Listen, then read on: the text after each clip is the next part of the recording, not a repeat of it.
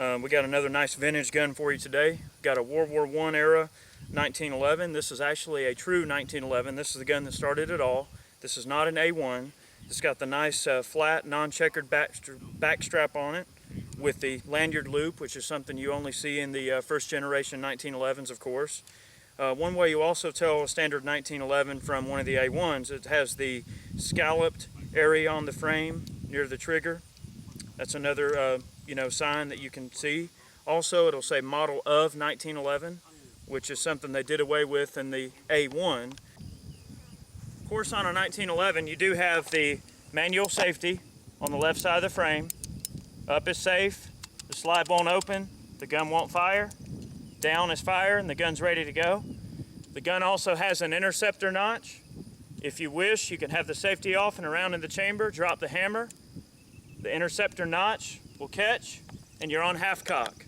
A lot of soldiers in World War II, Vietnam, as long as this gun's been in service, a lot of soldiers will carry it with a round in the chamber and the gun on half cock with the safety off. And that way when you draw it from your holster, all you gotta do, cock it just like a single action, which would have been common for the day, and fire.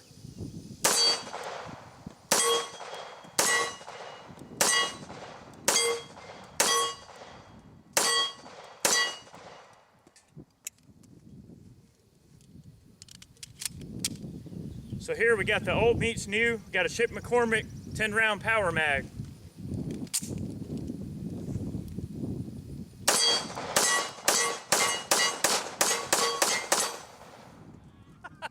Did you see that? I didn't see it, but nice.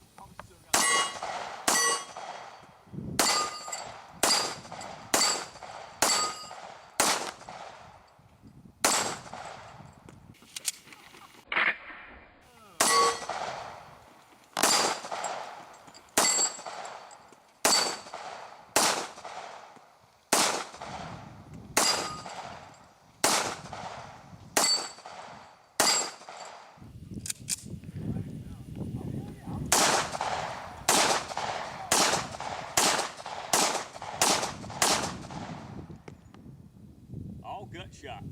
That's not bad. I mean, for a World War I era 1911, you can't complain with that accuracy.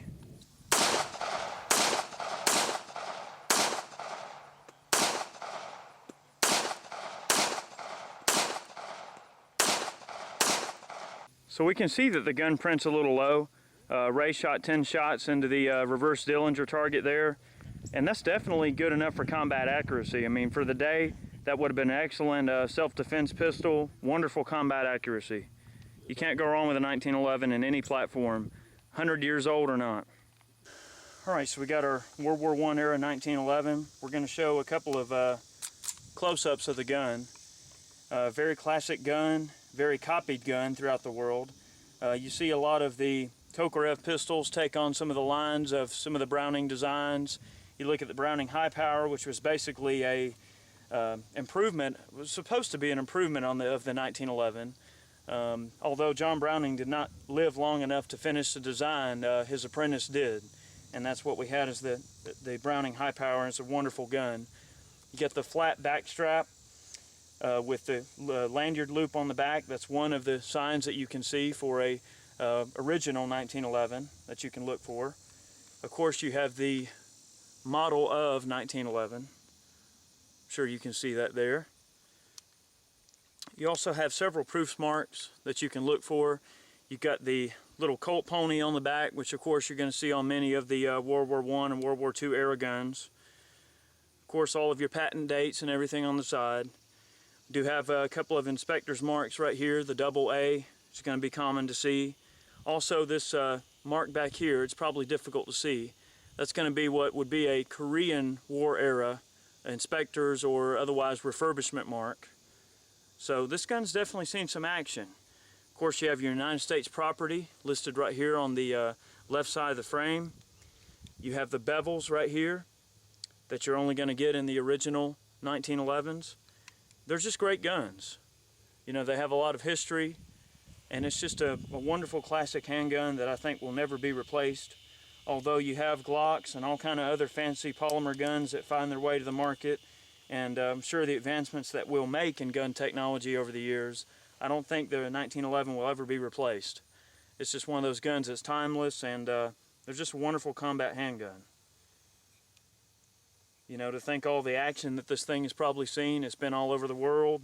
World War I, World War II, Korea. I mean, this thing could have even saw use in Vietnam. It's very well possible. So if this gun could talk, there's no telling what it would tell us.